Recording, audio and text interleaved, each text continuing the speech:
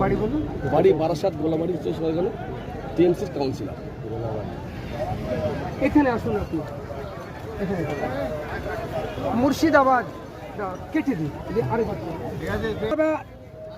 মুর্শিদাবাদে নতুন করে একটি ঐতিহাসিক একটি জেলা হতে যাচ্ছে, কি বলবেন? আলহামদুলিল্লাহ, মুর্শিদাবাদ একটা ঐতিহাসিক জেলা। কারণ এই জেলা থেকে সর্বপ্রথম যখন ভারতবর্ষের ইংরেজরা শাসন করতে এসেছিল, সর্বপ্রথম যে ইংরেজদের বিরুদ্ধে লড়াই, ইংরেজদের বিরুদ্ধে যে আপনার প্রতিরোধ করেছিল এই মুর্শিদাবাদ থেকেই নবাব সিরাজদৌল্লা। আর সেই জায়গাটা দর্শনীয় জায়গা এবং সেটা ঐতিহাসিক জায়গা। আবার নতুন করে এই মুর্শিদাবাদ জেলাটা ঐতিহাসিক জায়গা হয়েছে। যেরকম ভারতবর্ষ থেকে নবাব সিরাজদৌল্লা যখন চলে গেছে, দ্বিতীয় নবাব মুর্শিদাবাদে আমরা হুমায়ুন কবির সাহেবকে দেখতে পাচ্ছি। বিশেষ করে বেলডাঙ্গায় আবার একটা দর্শনীয় স্থান হতে যাচ্ছে। আলহামদুলিল্লাহ, প্রচণ্ড একটা খুশির খবর এটা আমাদের। সারা ভারতবর্ষ নয়, সারা বিশ্ব মুসলমানদের একটা আবেগ ছিল বাবরি মসজিদকে নিয়ে।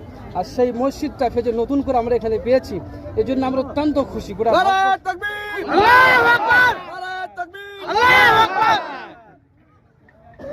সোশ্যাল নিউজ টিভি বেলডাঙ্গা যখন পোস্টার ছাটানোর কাজ চলছে, তখন সর্বপ্রথম এই সোশ্যাল নিউজ টিভি খবরটা করে।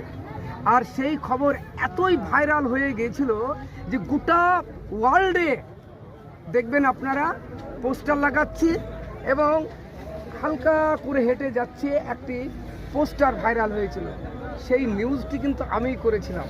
তার থেকে গোটা ওয়ার্ল্ডে ভাইরাল হয়ে গিয়েছিল। এমনকি আমাকে রাত্রি 1টা পর্যন্ত, সকালবেলায় আমরা নিউজটা করেছিলাম, আমি বেলা রাত্রি 1টা পর্যন্ত আমাকে বিভিন্ন চ্যানেলে এই খবরটা দিতে হয়েছিল। সেইখান থেকে যিনারা পোস্টার টাঙাতে গিয়েছিলেন তাদের প্রতি একটি চাপ সৃষ্টি হয়েছিল। সেখান থেকে অনেকটা এখন আপনাদের সহযোগিতায় সে চাপটা কমেছে, কি বলবেন?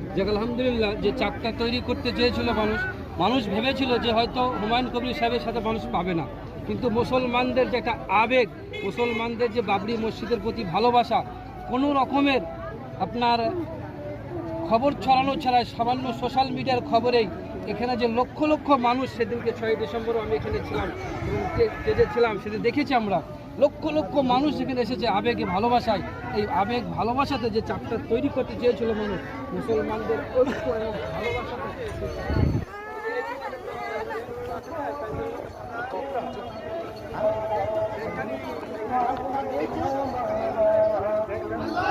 আল্লাহ